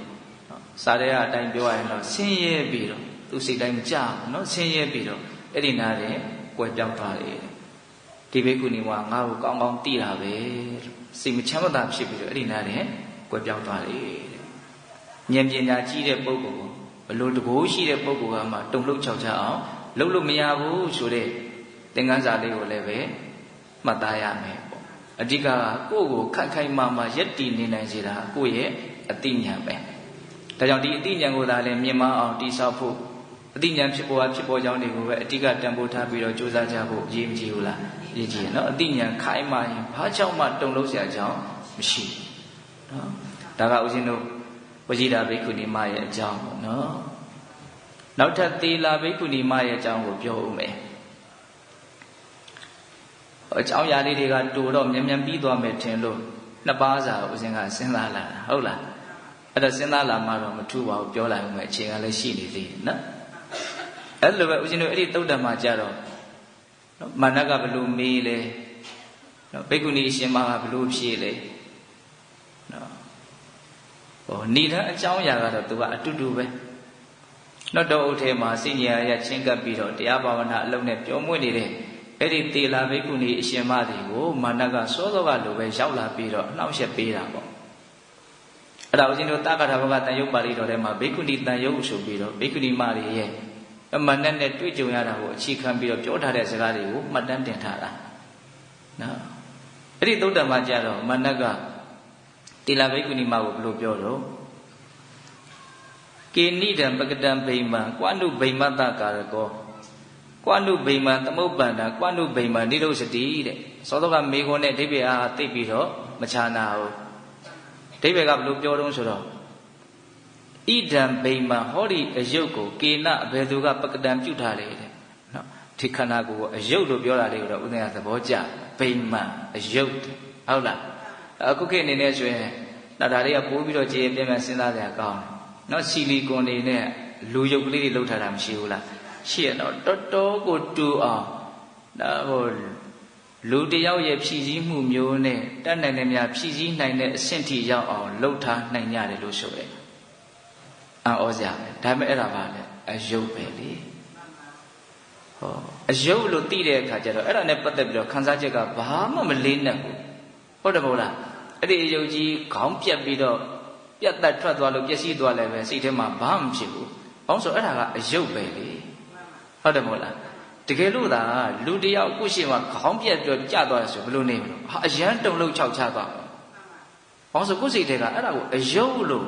မမြင်နိုင်ဘူး။ဒါကိုကျတော့ဘယ်လိုမြင်တော့တတ္တဝါလို့မြင်တယ်နော်။အဲ့ဒီခြားနာချက်ကလေးကိုဦးဇင်းကတွေးစီနေတာဟုတ်လား။အယုတ်လို့မြင်တဲ့အခါမှာခံစားချက်ကအယံပေါ့ပါလေတတ္တဝါလို့ထင်တော့ခံစားချက်ကအယံကိုလေးသွားတယ်အဲ့တော့ဒီနေ့မှာတတ္တဝါဆိုတာကပရမတ္ထအဖြစ်တာထင်ရှားမရှိတာသမုဒိသစ္စာအဖြစ်တော့ရှိတယ်နော်အဖေဆိုတာရှိတယ်အမေဆိုတာရှိတယ်သားသမီးဆိုတာရှိတယ်လင်ယောက်ျားဆိုတာရှိတယ်ဇနီးမယားဆိုတာရှိတယ်ဒါတွေပယ်လို့ရှိရင်အဲ့ဒါငရဲသွားတတ်တယ်ဗျတို့ချိုးကနော်လေတွေကြီးပြီးတော့အဲ့ဒါတွေကိုပြစ်ပယ်ကြတာတွေရှိတယ်ဟုတ်လားပရမတ္ထသဘောအားတွေကိုသူတို့သဘောပေါက်တယ်ဆိုတဲ့အနေနဲ့ရုပ်ရင်းရင်းနောက်ဆုံးအယူတွေပါတွေမှားသွားတာတောင်ရှိတယ်ဟုတ်လားအဲ့ဒါပုဂ္ဂိုလ်တ attva မရှိဘူးဆိုတာကပရမတ္ထအပြင်ထင်ရှားမရှိဘူးဆိုတာကိုရည်ပဲပြောတာသမုဒိသစ္စာအပြင်တော့ရှိတာပေါ့ဂုံကြီးတယ်ဂုံငယ်တယ်ဒါကအဖေဒါကအမေဒါကကျေးဇူးရှိတယ်ဒီတူကကျေးဇူးမရှိဘူးအစရှိသဖြင့်အကုန်လုံးပုဂ္ဂိုလ်တ attva ဆိုတဲ့အနေနဲ့ပြောကြဆိုကြရတာဟုတ်တယ်မဟုတ်လားအေးအခုဒီမှာသူကခန္ဓာ၅ပါးဒီဟာကိုအယုတ်လို့သုံးတယ်စောတလုံးကဝိဇိတာဘိက္ခုနီမကိုကြတော့တတ္တဝါဆိုတဲ့အသုံးနှုန်းနဲ့မေးတာအခုဒါကြတော့ဘယ်လိုသုံးတော့အယုတ်လို့သုံးတယ်နော်ကိဏိတံပကတံဗိမာန်ကွန္တုဗိမတ္တကာရကောတဲ့ဗိမတ္တဟောဒီအယုတ်ကိုတဲ့ကာရကောပြုတ်ထားတဲ့ပုဂ္ဂိုလ်ဟာကွန္တုဘယ်သူတော့တဲ့ဘယ်သူလှုပ်ထားတာတော့တဲ့ဒီအယုတ်ကလေးကိုဘယ်သူလှုပ်ထားတာတော့တဲ့ဒီအယုတ်ဆိုတာဘာပြောတာတော့ဒီဝခန္ဓာကိုပြောတာနော်ဟုတ်တယ်ကဓမ္မလူဦးဇင်းရဲ့ခန္ဓာကိုပြောတာနော်ဒီအယုတ်ကဘယ်သူလှုပ်ထားတာတော့ဒီအယုတ်ကိုလှုပ်တဲ့လူကဘယ်သူတော့တဲ့ကွန္တုဗိမာန်သမုပ္ပန္နကွန္တုဗိမာန်နိရောဓတိတဲ့နော်ဒီအယုတ်ကဘာကြောင့်ဖြစ်လာတာတော့ဒီအယုတ်ကဘာကြောင့်ချုပ်သွားတာတော့တဲ့စဉ်းစားရကောင်းတယ်နော်အမှန်တောင်ကျေးဇူးတင်ရမလို့ရှိတယ်နော်သူချက်ချက်ပေါက်ပေါက်မေးလို့ဟောဖြေလို့ကျွတ်တို့မဲ့သိရတာဟုတ်လားဒီအယုတ်ကိုဘယ်လိုလုပ်ထားတာတော့ဒီအယုတ်ဘာကြောင့်ပြက်သွားတာဒီအယုတ်ဘာကြောင့်ဖြစ်လာတာတော့တဲ့နော်သူမေကုံကစောသောမေကုံနဲ့တစ်ထပ်သေးလို့တောင်ဆိုလို့ရပါတယ်ဟုတ်လားအဲ့တော့သောသောကဝရှိတာဘိက္ခုနီမကတော့နာမရူပပရိစ္ဆေဒဉာဏ်အမြင်ရှုတော့ကနေပြီးတော့ထင်ရှားအောင်ပြောတယ်အခုဒီမှာတေလာဘိက္ခုနီမကတော့ပစ္စယပရိက္ခဉာဏ်ရှုတော့ကနေကြည့်ပြီးတော့ပြောတယ်လို့ဦးဇင်းစိတ်ထဲမှာခံစားရတယ်ပေါ့နော်သူအကြောင်းအကျိုးသဘောနဲ့ကပ်ပြီးတော့ပြောတာဟုတ်တယ်အဲ့လိုလဲပြောကြကောင်းတယ်သူမေးတာဒါဘယ်သူလှုပ်ထားတာတော့မေးတာကိုဒီအယုတ်ကိုဘယ်သူလှုပ်ထားတာတော့ဒီအယုတ်ကဘာကြောင့်ဖြစ်လာတာတော့ဒီအယုတ်ကဘာကြောင့်ချုပ်သွားတာတော့ဘာကြောင့်ဆိုတဲ့နော်မေကုံကအကြောင်းတရားကိုရှာဖွေရမရောက်ဘူးလားအဲ့အကြောင်းတရားကိုရှာဖွေရရောက်လို့ तू ကအကြောင်းတရားနဲ့တကွာပြောတာဟုတ်လားအဲ့ဒါပစ္စယပရိက္ခဉာဏ်ဘာကြောင့်ဖြစ်တယ်ဆိုတာကို तू ပြောလိမ့်မယ်နော်ဒီဖြစ်ခြင်းတရားဟာဘာကြောင့်ဖြစ်တယ်ဆိုတာပြောလိမ့်မယ်နော်အဲ့တော့မေကုံကိုကလည်းပဲပစ္စယပရိက္ခဉာဏ်အနေထားကနေဖြေလို့ရှိရင်ရှင်းလင်းနိုင်တဲ့မေကုံလို့လည်းဆိုနိုင်တယ်ပေါ့နေယိတံအတ္တကတံဗိမာန်နေယိတံပရကတံအခံဟေတုံပရိစ္ဆတံဗုဒ္ဓဟေတုပင်ကနိရုစတိတဲ့ဟောဒီကထာလေးလည်းကောင်းတယ်နော်နေယိတံအတ္တကတံဗိမာန်ဒီအယုတ်ကိုငါလှုပ်ထားတာလည်းမဟုတ်ဘူးတဲ့နော်ဆိုလိုတာငါဘဝကြီးငါလှုပ်ထားတာမဟုတ်ဘူးလို့ဆိုခြင်းတာနော်နေယိတံပရကတံအခံနော်ဒီအယုတ်ကိုသူတို့ဘာလှုပ်ထားတာလည်းမဟုတ်ဘူးတဲ့ငါလှုပ်တာလည်းမဟုတ်ဘူးသူလှုပ်တာလည်းမဟုတ်ဘူးတဲ့ဒီနေ့မှာငါဆိုတာကပုဂ္ဂိုလ်တ attva အနေကိုရည်ညွှန်းတာနော်ဒီဥစ္စာကနည်းနည်းရှင်းအောင်ပြောဖို့တော့လိုတယ်နော်ကိုလှုပ်ထားတာမဟုတ်ဘူးဆိုရင်အရင်ဘဝကကိုလှုပ်ထားတဲ့ကံတရားအနေနဲ့နော်အဲ့လိုပြောကြပြီဆိုတော့ဒါကိုလှုပ်ခဲ့တဲ့ကံတရားလို့ဒီလိုသုံးနှုန်းကြရတာဟုတ်လားဒီနေရာမှာရည်ညွှန်းတဲ့ငါရဲ့အဓိပ္ပာယ်ကတစ်မျိုးနော်ကောင်းတာကိုငါလှုပ်ရင်ငါပဲခံစားရလိမ့်မယ်မကောင်းတာကိုငါလှုပ်ရင်ငါပဲဆင်းရဲလိမ့်မယ်ကောင်းတာကိုငါလှုပ်ရင်ငါပဲချမ်းသာလိမ့်မယ်ဆိုတဲ့နေရာမှာရည်ညွှန်းတဲ့ငါကတစ်မျိုးနားလည်ဖို့လိုတယ်နော်ဒီနေ့မှာဒီအယုတ်ကိုအတ္တကတံငါလှုပ်ထားတာမဟုတ်ဘူးတဲ့နော်နအတ္တကတံငါလှုပ်ထားတာမဟုတ်အဲ့ဒါလိုပဲနပရကတံတဘာသူတွေလှုပ်ထားတာလည်းမဟုတ်ဘူးတဲ့ဆိုလိုတာကပုဂ္ဂိုလ်တ attva ဆိုတာကိုထင်ရှားမရှိတဲ့အတွက်ကြောင့်ငါဆိုတာကိုထင်ရှားမရှိတဲ့အတွက်ကြောင့်သူဆိုတာကိုထင်ရှားမရှိတဲ့အတွက်ကြောင့်ငါလှုပ်တယ်သူလှုပ်တယ်လို့ဘယ်လိုမှပြောလို့မရအောင်ဆိုကြပါစို့ဒီကဓမ္မတို့ဦးချင်းတွေကငါလို့ဆွဲတာကနော်ဒီကိုယ့်ရဲ့ခန္ဓာကိုယ်လို့သမုတ်ထားတဲ့ဒီအစုဝေးကြီးကိုငါလို့ဆွဲတာတခြားခန္ဓာအစုဝေးကြီးကိုကြတော့ဘယ်လိုဆွဲတော့သူလို့ဆွဲတယ်ပေါ့နော် တကယ်တမ်းကဒီခန္ဓာ၅ပါးပဲဖြစ်ပေါ်နေတာငါဆိုတာဖြစ်နေတာလည်းမဟုတ်ဘူးသူဆိုတာဖြစ်နေတာလည်းမဟုတ်ဘူးဒါကြောင့်ငါလှုပ်ထားတယ်လို့ပြောလို့မရတယ်လို့သူလှုပ်ထားတယ်လို့ပြောလို့လည်းမရဘူးတဲ့ဘာကြောင့်ဒါကြီးဖြစ်လာတယ်လို့ဘာကြောင့်ဒါကြီးချုပ်သွားတာတော့ဟေတုံပရိစ္ဆတံဗုဒ္ဓဟေတုဘင်္ဂနိရုစတိနော်အကြောင်းတရားကိုဆွဲပြီးတော့ဖြစ်လာတာပါတဲ့အကြောင်းတရားချုပ်သွားတော့ဒါကြီးလည်းချုပ်သွားတာပါပဲတဲ့သူအကြောင်းတရားလို့အဲ့ဒီထဲမှာသူကတခါတည်းဖြစ်ချင်းရဲ့အကြောင်းတရားကိုခြုံပြီးတော့ပြောလိုက်တာပေါ့ဖြစ်เสียအကြောင်းရှိလို့ဖြစ်လာတာနော်အဲ့တော့ဖြစ်เสียအကြောင်းကဘာလဲလို့မေးရင်ဒကာဓမ္မတို့နားလည်ထားပြီးသားကံစေဥတုအာဟာရပေါ့နော်အရန်ထင်ရှားတာကစပြီးတော့စဉ်းစားကြည့်ခြင်းနဲ့ဆိုရင်အာဟာရကိုစဉ်းစားကြည့်တဲ့နဲ့အဲ့ဒကာဓမ္မတို့ဦးဇင်းတို့အခုရှင်းနေတာစားတော့ဝါမျိုးထားတဲ့အာဟာရဓာတ်ကလေးကိုအမိပြုပြီးတော့ရှင်းနေတာအဲ့ဒါကိုအကြောင်းခံပြီးတော့ရှင်းနေတာဖြစ်နေတာအဲ့လွန်ခဲ့တဲ့9ရက်လောက်ကစပြီးတော့ဘာမှရေကားစဒီပိုက်ထဲကိုမထည့်ခဲ့ဘူးအရေတွေအဖက်တွေဘာမှမထည့်ခဲ့ဘူးဆိုရင်ဒီအချိန်မှာဒီလိုဘယ်လိုမှနေလို့မရဘူးဟုတ်တယ်မဟုတ်လားအကြောင်းတရားကြောင့်ဖြစ်နေတာဆိုတာအလွန်ထင်ရှားတယ်ပေါ့နော်ဒါပေမဲ့ဒကာဓမ္မတို့ဦးဇင်းတို့တွေကကိုယ်စွမ်းနဲ့ကိုယ်ရက်တည်နေတယ်လို့ထင်နေကြတာကြီးပဲဒါဦးဇင်းတို့လည်းဒီတိုင်းပဲတက္ကာဒိဋ္ဌိတန်းနဲ့နေတာဆိုတော့ငါအစွမ်းနဲ့ငါရက်တည်နေတာလို့ထင်နေတာအမှန်ကငါရက်တည်နေတာလားအာဟာရကိုအကြောင်းခံပြီးတော့ဖြစ်နေတာလားအာဟာရကိုအကြောင်းခံပြီးတော့ဖြစ်နေတာပြောရင်ဒီမြင်နေရတဲ့ရုပ်အစုဝေးကြီးကိုပါစားအာဟာရတကပြောင်းလဲလာတဲ့အစုဝေးကြီးလို့ပြောမယ်ဆိုတော့ပြောလို့မရဘူးလားပြောလို့ရတယ်နော်ဒါပေမဲ့ဒီပုံစံကလေးဒီရုပ်ရည်ကလေးဒီလိုအနေအထားလေးကျမ်းမာရေးအခြေအနေရုပ်ရည်အခြေအနေဒါတွေကတော့တော့ဘယ်တိုင်းတာထိရှင်းသန်းနေရတယ်ဆိုတဲ့အခြေအနေဒါတွေကတော့ကံတရားပေါ်မှာအဓိကအကြောင်းခံတယ်ပေါ့ဟုတ်တယ်မဟုတ်လားကိုယ့်ရဲ့ရုပ်ရည်ကိုကိုရွေးချယ်ခွင့်ရှိသလားသူဟန်ဒီတဲ့အတိုင်းခံရတာနော်စဉ်းစားကြည့်နော်အခုမကြိုက်လို့ဘာမှပြောင်းလို့မရဘူးဟုတ်တယ်မဟုတ်လားဒီအခုဒီဘဝဒီရုပ်ရည်ဒီအနေထားကအရင်ဘဝကမေတ္တာဓာတ်တွေအားကောင်းတဲ့ကံတရားကိုအခြေခံခဲ့မယ်ဆိုရင်ကြည်ပြောရှိပြောရှိမယ်ပေါ့နော်ဒေါသဓာတ်တွေစွတ်ဖက်လာတဲ့ကံတရားကိုအခြေခံခဲ့မယ်ဆိုရင်တော့ရုပ်ဆိုးလေးဖြစ်မယ်ပေါ့ဟုတ်တာ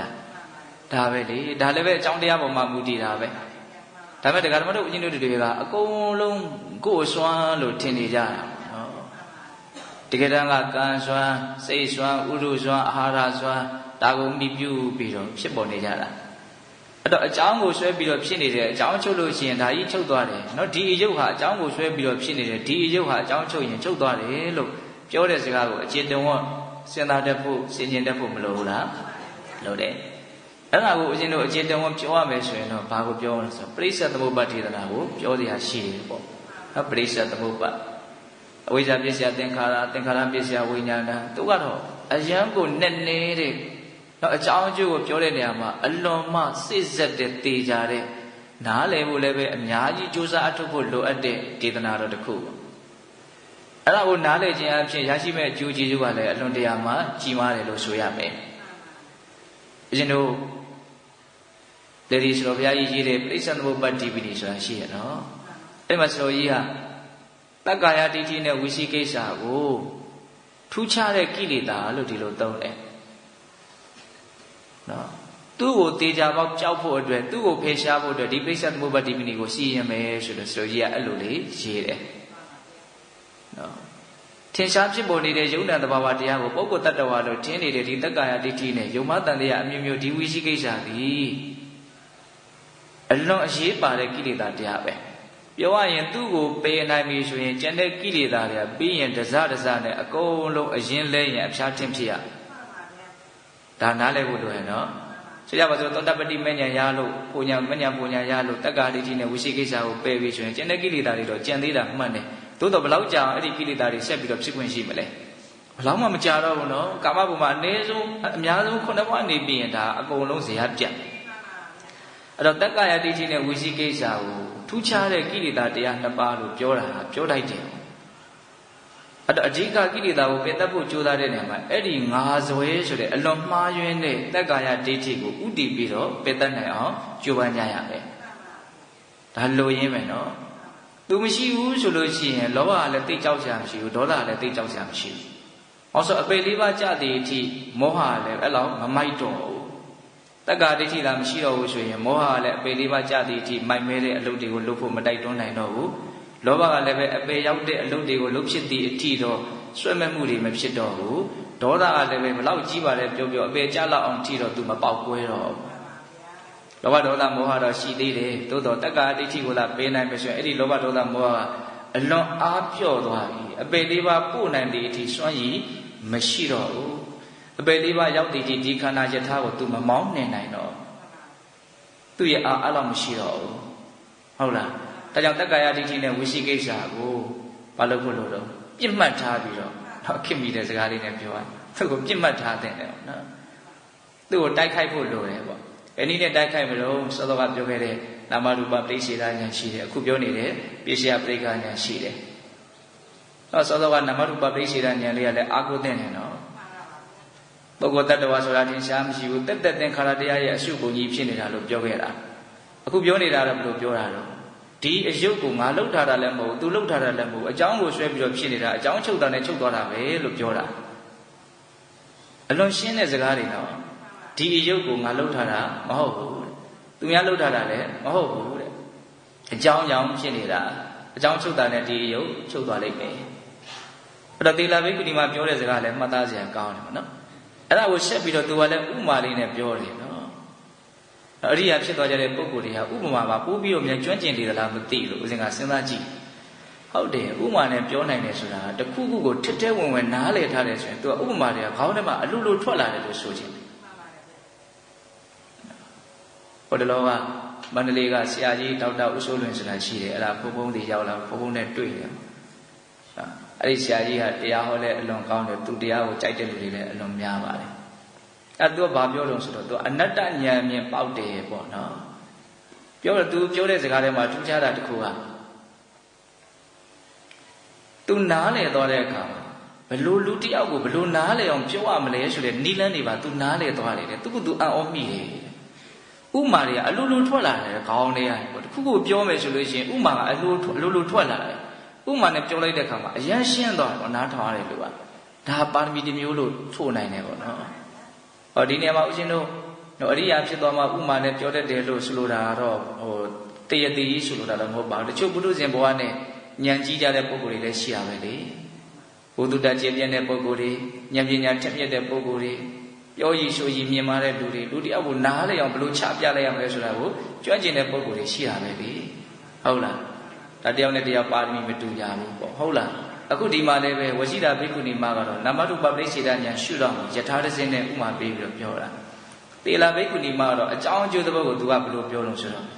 မျိုးစေ့ကနေတစ်ပင်ကလေးဖြစ်လာတာကိုသူကဥမာပေးတယ်အစိတ်ဝင်စားကြရပဲနော်အကုန်လုံးကကိုလက်လှမ်းမိတဲ့အကြောင်းအရာတွေကြီးပဲဟုတ်တယ်မို့လားအေးယထာအညတရံပိဇံခိတံဟုတ်တံဝိရုဟတိပထဝီယရတင်္စမာကမ္မပထဝီရတင်္စာကမ္မတိနေဟင်္စတတုဝယံတစုံတစ်ခုသောမျိုးစေ့ဟာတဲ့နော်ဒီမြေကြီးပေါ်မှာပေါက်ပြီးတော့ကြီးပွားလာတယ်တဲ့တစုံတစ်ခုသောမျိုးစေ့မြေကြီးပေါ်မှာကျပြီးတော့သူကြီးပွားလာတယ်ပေါက်လာတယ်အဲ့ဒါဘာကြောင့်ပေါက်လာတာလဲဆိုလို့ရှိရင်ပထဝီရတင်္စာကမ္မမြေကြီးထဲမှာရှိတဲ့ဩဇာဓာတ်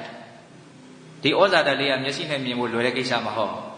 မြေကြီးထဲမှာရှိနေတဲ့ဩဇာဓာတ်ပြီးတော့တိနေဟင်္စအဆူဓာတ်အစေဓာတ်အဲ့ဒီဓာတ်နှစ်ခုကိုတတူပယံဥပယဆိုတာနှစ်ခုပေါ့နော်မြေကြီးထဲမှာရှိတဲ့ဩဇာဓာတ်ရဲ့အဆူဓာတ်အစေဓာတ်ရဲ့အဲ့ဒီဓာတ်နှစ်ခုကိုအစွဲပြုတ်ပြီးတော့အဲ့ဒီမျိုးစေ့လေးကအညွန့်ညောင်းထွက်ပြီးတော့အပင်ကြီးပေါက်လာတာတဲ့ဟုတ်လားအဲ့လိုပဲဒီအယုတ်ကလည်းပဲအကြောင်းတရားကိုဆွဲပြီးတော့ဖြစ်လာတာအကြောင်းတရားမရှိတာနဲ့ချုပ်တာနဲ့အယုတ်လည်းပြတ်သွားရောဟုတ်လားဒီယုတ်ကိုငါလုပ်တယ်လို့ပြောလို့မရတယ်လို့သူလုပ်တယ်လို့ပြောလို့မရဘူးစောစောကတစ်ပင်လေးကိုဘယ်သူလုပ်တယ်လို့ပြောမလို့ဘယ်သူလုပ်တာတော့လို့ပြောမယ်မေးမယ်ဆိုရင်ဘယ်လိုပြောမလို့အဲ့ဒီမျိုးစီလေးကနော်မြေကြီးထဲမှာရှိတဲ့ဩဇာဓာတ်ရဲ့အဆူဓာတ်စီးတဲ့ရဲ့နဲ့တွေ့ပြီးတော့ဖြစ်သွားတာပဲလေဒါကိုဘယ်သူလုပ်တယ်လို့ပြောလို့မရဘူးဒါတော့မှတစ်ခါလေဦးဇင်းကစဉ်းစားကြည့်တယ်နော်သဘာဝတရားတွေကိုဖန်တီးတချို့ကပြောတာဖန်တီးလို့ရတယ်တကယ်တမ်းကဘယ်ရာကိုများဖန်တီးတာတော့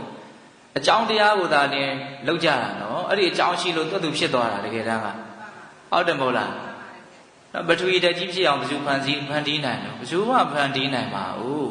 ဟုတ်တယ်မဟုတ်လားစဉ်းစားနော်ဒါ ဒါကြောင့်ငါလုပ်တယ်ဆိုတာမရှိဘူးသူလုပ်တယ်ဆိုတာမရှိဘူးဖြစ်เสียအကြောင်းရှိရင်ဖြစ်လာတာပဲအဲ့ဒီဖြစ်เสียအကြောင်းတရားတွေကိုဝင်အောင်ချနိုင်တယ်ဆိုလို့ရှိရင်အဲ့ဒီအကျိုးတရားတစ်ခုဟာထွက်လာမှာပဲဟုတ်တယ်မဟုတ်လားအခုစက်ပစ္စည်းအမျိုးမျိုးတည်ထွင်ကြတယ်ဆိုတဲ့ပုံကိုယ်တွေဖန်တီးတာလားအကြောင်းတရားကိုလိုချင်တဲ့အကျိုးတရားတစ်ခုထွက်လာဖို့အတွက်အကြောင်းတရားကိုတော့သူတို့ချနိုင်တာလားဆိုတာလေးကိုစဉ်းစားတတ်ဖို့လိုတယ်ပေါ့ဟုတ်တယ်မဟုတ်လားသူတို့သုံးနေတဲ့ပစ္စည်းတွေကသဘာဝလောကကြီးထဲမှာသူ့အတူရှိပြီးသားပဲလေတကယ်တမ်းကအဲ့ဒီဓာတ်သဘာဝကိုဘယ်သူဖန်တီးတာလဲဘယ်သူမှမဖန်တီးနိုင်ဘူး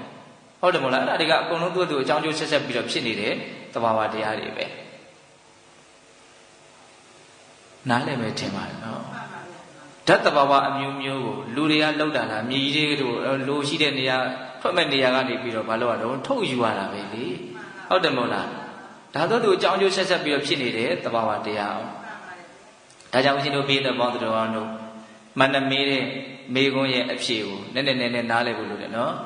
်ဒီအယုတ်ကိုဘယ်သူလှုပ်ထားတာတုံးဒီအယုတ်ကဘာကြောင့်ဖြစ်လာတာတုံးဒီအယုတ်ဘာကြောင့်ချုပ်သွားတာတုံးတဲ့အလွန်ကောင်းတဲ့မေခွန်းပါပဲတော့ဒီအယုတ်ကိုငါလည်းမလုပ်ဘူးတဲ့ဒီအယုတ်ကိုသူများလည်းလှုပ်ထားတာမဟုတ်ဘူးတဲ့ဒီအယုတ်ကအကြောင်းတရားကြောင့်ဖြစ်လာတာအကြောင်းတရားမရှိချုပ်ပြီးဆိုတာနဲ့ဒီအယုတ်လည်းချုပ်သွားတာပဲတဲ့ဥပမာမျိုးစေ့ဟာမြည်ထဲမှာရှိတဲ့ဩဇာတက်ရဲ့အဆုတက်အစိတက်ရဲ့နဲ့ပေါင်းပြီးတဲ့အခါမှာအပင်ဆိုတာပေါက်လာသလိုမျိုးပါတဲ့ကဲပြီးတဲ့ဥပမာမကောင်းဘူးလားကောင်းတယ်ဧဝံခန္ဓာစဓာတုယောစစအာယတနာဣမေဟေတုံပရိစ္ဆတံဗုဒ္ဓဟေတုပင်ကနိရုစရိအဲ့ဒီလိုပဲတဲ့အဲ့ဒီလိုပဲဆိုတာစောစောကမျိုးစေ့ဟာမြေကြီးရဲ့ဩဇာတက်နဲ့အဆုတက်စေးတဲ့နဲ့ပေါင်းရင်အပင်ပေါက်လာသလိုလို့ဆိုလိုတာနော်အဲ့ဒီလိုပဲဆိုတာအဲ့ဒီလိုပဲတဲ့ခန္ဓာစဟောဒီခန္ဓာ၅ပါးဓာတုစဓာတ်တဘာဝတရားအာယတနာစအာယတနာတရား6ပါးအာယတနာ6ပါးဆိုတာဘာပြောတာတော့လက်ရှိနာနာတရားကိုစိတ်နော်အဲ့ဒီတရားတွေဟာပါတယ်တော့ဟေတုံပရိစ္ဆတံဘူလားအကြောင်းတရားကိုစွဲပြီးတော့ဖြစ်လာတယ်ဟေတုပင်ကနိရောဓတိအကြောင်းတရားချုပ်တာနဲ့သူတို့လည်းချုပ်ရတယ်အဲ့တော့ငါရဲ့အစွမ်းဆိုတာကိုမပြောနဲ့ငါဆိုတာကိုပဲမရှိဘူးဆိုတဲ့သဘာဝတရားတက်တက်ရဲ့အကြောင်းအကျိုးဆက်ဆက်ပြီးတော့ဖြစ်ပေါ်နေတဲ့သဘာဝတရားတွေကိုတော့တစားနဲ့ကြည်ကြည်ပြည့်ပြည့်နားလဲအောင်ကြိုးစားအထောက်ကြဖို့မလိုဘူးလားလိုတယ်အဲ့တော့ဦးဇင်းတို့ပြည်သက်ပေါင်းသူတော်ကောင်းတို့ဒါကသေလာထီဘိက္ခုနီမမန္တမင်းရဲ့အမေကိုဖြေလိုက်တဲ့အဖြေပေါ့နော်အဲ့ဒီမှာမန္တကလည်းပဲအော်ဒီဘိက္ခုနီမလည်းငါ့ကိုတီးသွားပြီဆိုတော့စိတ်မချမ်းသာဖြစ်ပြီးတော့အဲ့ဒီနားနဲ့ရောက်ွယ်သွားတယ်လို့ဆိုတယ်ဒါကဦးဇင်းတို့ဝစီတာဘိက္ခုနီတုတ်တန်ရဲ့သေလာဘိက္ခုနီတုတ်တန်နှစ်ပုဒ်ပေါ့ဒီတုတ်တန်နှစ်ခုကိုဦးဇင်းတို့မိသလောက်ဉာဏ်နဲ့ဆင်ခြင်သုံးသပ်ကြည့်ရမယ်ဆိုလို့ရှိရင်ဝစီတာဘိက္ခုနီမကဘောခဏရဲ့အကြောင်းကိုနာမရူပပရိစ္ဆေဒဉာဏ်ကိုအခြေခံထားပြီးတော့ရှင်းပြတာဟုတ်တယ်မဟုတ်လားနော်ဒီတတ္တဝါကိုဘယ်လိုလုပ်ထားတာတော့နော်ဒီတတ္တဝါဘာကြောင့်ဖြစ်နေတာတော့ဒီတတ္တဝါဘာကြောင့်ချုပ်သွားတာတတ္တဝါဆိုတဲ့အမေကိုအခြေခံပြီးတော့တတ္တဝါဆိုတာတကယ်ထင်ရှားမရှိဘူးတတ္တသင်္ခါရတရားတို့ရဲ့အစုပုံများတာဖြစ်တယ်သင်္ခါရရဲ့အစိတ်အပိုင်းတွေစုမိသွားတော့ယထာဆိုတဲ့နာမည်ဖြစ်လာသလိုဒီခန္ဓာကိုယ်ကြီးရတယ်ပဲအစိတ်အပိုင်းများစွာစုမိတဲ့အခါတနည်းအားဖြင့်အစုအဝေးကြီး၅ခုပေါင်းစုမိတော့ဘာဖြစ်သွားတော့တတ္တဝါဆိုတဲ့နာမည်အထူးကိုသူရတယ်ပေါ့သမုတ်ထားတယ်တကယ်တမ်းကတတ္တဝါဆိုတာမရှိဘူးခန္ဓာ၅ပါးသာရှိတယ်ဟုတ်လားအဲ့ဒီလိုသူကဥမာပေးပြီးတော့ဒုက္ခပဲဖြစ်ပြီးတော့ဒုက္ခပဲချုပ်နေတာဒုက္ခမှတစ်ပါးတခြားဖြစ်နေတာဒုက္ခမှတစ်ပါးတခြားချုပ်သွားတာမရှိဘူးလို့ဒါကဝိဇိတာဘိက္ခုနီမပြောခဲ့တဲ့စကားရဲ့အနှစ်ချုပ်နော်နောက်သီလဘိက္ခုနီမကျတော့ဘယ်လိုမေးတော့ဒီအယုတ်ကိုဘယ်လိုလုပ်ထားတာတော့ဒီအယုတ်ကဘာကြောင့်ဖြစ်လာတာတော့ဒီအယုတ်ကဘာကြောင့်ချုပ်သွားတာတော့ဒီအယုတ်ကိုငါလည်းမလုပ်ပါဘူးတဲ့ဒီအယုတ်ကိုသူများလုပ်ထားတာလည်းမဟုတ်အကြောင်းတရားကိုရွှဲပြီးဒီယုတ်ဖြစ်လာတဲ့အကြောင်းတရားချုပ်တော့ဒီယုတ်ချုပ်သွားတယ်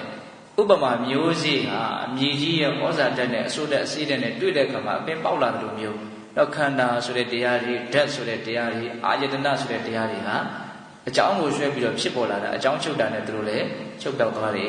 လို့ဒီလိုရှင်းပြတယ်ဟုတ်လားဒါကြောင့်ဦးဇင်းတို့ပြည်သက်ပေါင်းသူတော်ကောင်းတို့အခုမိမိခန္ဓာမှာထင်ရှားဖြစ်ပေါ်နေတဲ့သဘာဝတရားတွေရဲ့ပုံမှာဖြစ်တိုင်းနော်ဒလဇက်တိနေအောင်ကြိုးပမ်းရင်းဖြင့်တတိတမာတတိကိုထူထောင်ကြတယ်ဆိုတာအဲ့ဒီအမြင်မှန်တွေကိုရဖို့အတွက်ထူထောင်ကြရတာဒလဇက်တတိထားနေခြင်းအပြင်ပုဂ္ဂိုလ်တ attva သဘောဆိုတာရှာလို့မတွေ့ပါလားဘယ်အချိန်မှပုဂ္ဂိုလ်တ attva သဘောကိုမတွေ့ရပါလားတဘာဝတရားတွေကိုသာလည်းတွေ့ရတာပါလားလို့သိမလားနိုင်ဘူးလား တိလာနေတယ်နော်တတိထားနေလို့ရှိရင်နာမရူပပရိစ္ဆေဒညာရှင်းတန်လာမှာဟုတ်လားပုဂ္ဂိုလ်တ attva သဘောမတွေ့ရပါလားအကုန်လုံးဟာသဘာဝတရားတွေကြီးပါလားဟောတရှင်းတက်ပြီးတော့အဲ့ဒီသဘာဝတရားဟာလည်းပဲဖန်ဆင်းထားလို့ဖြစ်တာလည်းမဟုတ်အကြောင်းပဲဖြစ်တာလည်းမဟုတ်ကိုယ်ဉာဏ်မျက်စိရှိတယ်ကိုယ်တတိရှိတယ်ဖြစ်เสียအကြောင်းရှိလို့ဖြစ်လာတာပြီးတော့လည်းဒီလိုပဲပျောက်ပြက်သွားတဲ့သဘောပဲဖြစ်เสียအကြောင်းရှိလို့ဖြစ်နေတာဆိုတာကိုလည်းပဲကိုယ့်ရဲ့လက်တွေ့ဉာဏ်မျက်စိနဲ့ကိုတော့မသိနိုင်မြင်နိုင်ဘူးလားမြင်နိုင်တယ်နော်တတိလာထားမယ်ဆိုလို့ရှိရင်ဟုတ်လားဒါကြောင့်တတိထားခြင်းအဖြစ်ဒီအတိတည်ဉာဏ်တွေကိုရအောင်ကြိုးပမ်းကြရမယ်ပေါ့အခုပြောနေတာတွေကဘာတွေလဲလို့မေးရင်နော်လူရင်းပြောရင်သူကသဘောတရားရေးဆိုင်ရာကိုပြောနေတာအဲ့ဒီသဘောတရားရေးပိုင်းဆိုင်ရာကိုတကယ်သိဖို့ကြတော့ဘာလို့အောင်တတိထားပြီးတော့လောက်ရမှာပြောတာကိုကြားလိုက်တာနဲ့တောက်လျှောက်ကြီးသိသွားတာမဟုတ်ဘူးနော်ဒါပေမဲ့သိဖို့အတွက်တော့အများကြီးအထောက်အကူတော့မပြုဘူးလားပြုတယ်ပုဂ္ဂိုလ်တ attva မဟုတ်ဘူးသဘာဝတရားတွေပဲလို့ပြောလိုက်တာလေးကိုကြားလိုက်တာလေးနဲ့တော့ဒီအတိဒီဉာဏ်ကြီးရသွားလိမ့်မယ်လို့မဆိုလိုဘူးနော်အဲ့လိုသာရကြကြကြီးဆိုရင်တော့ဒီဟာတော်တော်လွယ်တယ်လို့ဆိုရမှာပေါ့ဟုတ်တယ်မို့လားအဲ့လိုမဟုတ်ဘူးနော်ဒါကအထောက်အကူတော့ပြုမယ်လမ်းကြောင်းတည့်ဖို့အတွက်သို့တော့ဒီအတိဒီဉာဏ်ကိုတကယ်ရဖို့အတွက်ဘာလို့ရမှာတော့ဒါကိုပဲအာယုံစိုက်ပြီးတော့တတိထားပြီးတော့ဘာလို့မလို့စစ်ဆေးကြဖို့လိုတယ်စူးစမ်းကြဖို့လိုတယ်တတိထားပြီးတော့တိနေအောင်ကြိုးပမ်းကြဖို့လိုတယ်ဒါမှသူတို့ဟာဘာလဲဆိုတဲ့အဖြစ်မှန်ကိုတိကျရနိုင်မှာဟုတ်တယ်မဟုတ်လားအဲ့ဒီလိုရထားတဲ့အဖြစ်မှသာလေကိုယ်ပိုင်ညာလို့ဆိုရမှာနော်အေးဒါကြောင့်ပိဿပေါင်းတော်ကောင်းတို့တော့အထုတ်နေကြတဲ့ဒီလုပ်ငန်းစဉ်ဟာဒီလိုအတိညာဏ်တွေကိုဖြစ်ပေါ်စေတယ်ဆိုတာလေးကိုလည်းပဲဆက်ပြီးတော့တွေးမိဖို့ဒါလေးကိုနေကုန်ပြောပြတာနော်တော့45မိနစ်လို့ဆိုညတော့လည်းပဲတနာရီရှိသွားပြီနော်တော့ညလည်းပဲဦးဇင်းတို့ပြောရအောင်ပါဆိုတော့နည်းနည်းတော့ရှော့အောင်မှရမယ်ဟုတ်လားဒါကြောင့်ပိဿပေါင်းတော်ကောင်းတို့ဒီအပမဒဆိုတဲ့တတိတရားလက်ကင်ထားပြီးတော့ကိုယ်ခန္ဓာမှာထင်ရှားဖြစ်ပေါ်နေတဲ့သဘာဝတရားတွေကိုဖြစ်တိုင်းနောက်တတိထားပြီးတော့နေခြင်းလို့ရှိတဲ့တတိပဋ္ဌာန်တရားဒေသနာနဲ့အညီကြိုးစားအထုတ်ရင်းဖြင့်နောက်အတိတူဉာဏ်တို့တွေကိုအစဉ်စဉ်မြင့်မြင့်မားမားရပြီးတော့နောက်ဆုံးမဲ့ဉာဏ်ကိုဉာဏ်ကိုရပြီးတော့နိဗ္ဗာန်ချမ်းသာကိုမျက်မှောက်ပြုနိုင်ကြတဲ့သူတော်ကောင်းတွေဖြစ်ကြပါစေလို့ဦးဇင်းတို့ဆန္ဒပြုပြီးတော့ဒီကနေ့ပြုလုပ်အပ်သောဒါနသီလသမာဓိပညာကုသိုလ်ကောင်းမှုအစွတ်စွတ်ရဲ့စွမ်းတတ္တိကြောင့်ဘုရားတပည့်တော်တို့သည်မဲ့ဉာဏ်ပုညံမြတ်နိဗ္ဗာန်ကိုလျင်မြန်ထုတ်ချောင်းမျက်မှောက်ပြုရစေကုန်သောဟုပတ္တနာအောင်စုပြုကြကုန်ရာတည်း